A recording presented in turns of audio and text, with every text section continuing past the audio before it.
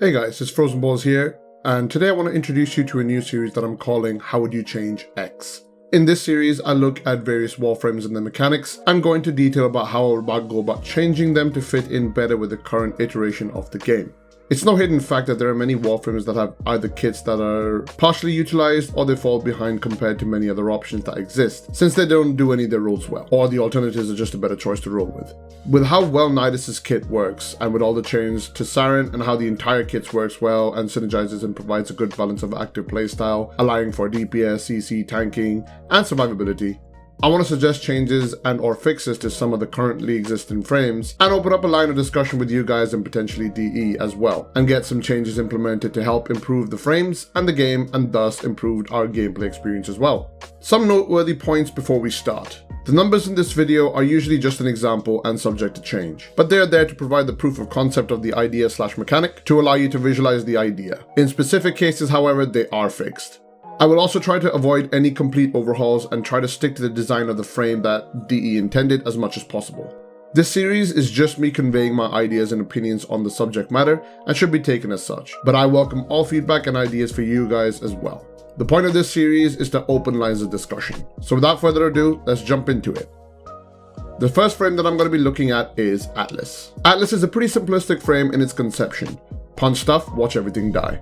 Create rock walls, petrify enemies, create stone golems to damage and tank as your minions. Atlas also got a rework recently, but regardless, there are some changes that I would like to suggest to improve him either further.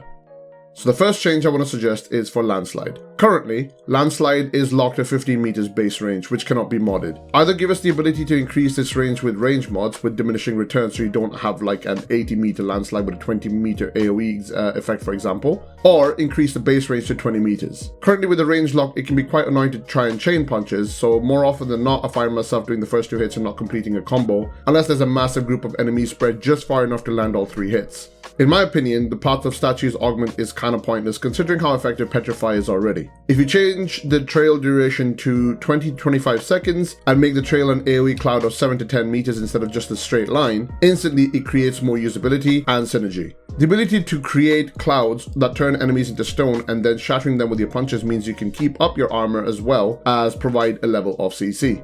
The Petrify duration can remain unmodded, so if you need a longer stun, Petrify is still the go-to power affected by duration mods. Next, Tektronix currently absorbs damage for 4 seconds, which then gets turned into HP. The remaining HP of Tektronix will now be added on top of the modified damage of the ability when you decide to roll the wall, allowing the damage to scale a bit and still be able to kill. Currently, Tektronix feels more like a filler ability than anything else. Furthermore, a potential change can include the boulder being invulnerable while rolling and will only explode upon recast, hitting a contact point, or until maximum travel distance is reached.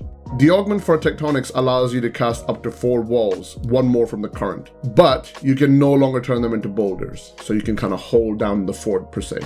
A change for Rumblers is that they scale with melee mods and combo counter too, and their attacks will add to your melee combo counter as well. This allows them to scale damage wise and not become pointless after a certain enemy threshold. They can also pick up rubble from the ground to heal themselves for a small amount, but they will not receive the armor buff. The augment for Rumblers increases the damage from 135 to 150.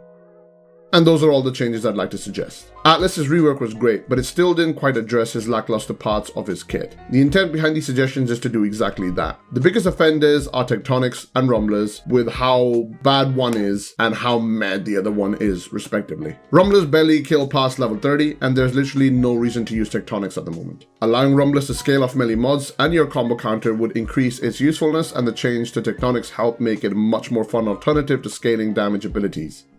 Anyway, that's it for this video. Thank you very much for watching. Feel free to comment below on the how, why, and what you would change. And if you liked the video, please leave a like or not if you didn't. Perhaps share it with friends so they can join in on the discussion and get some momentum rolling that DE may be interested in some of the ideas. I'll see you in the next one.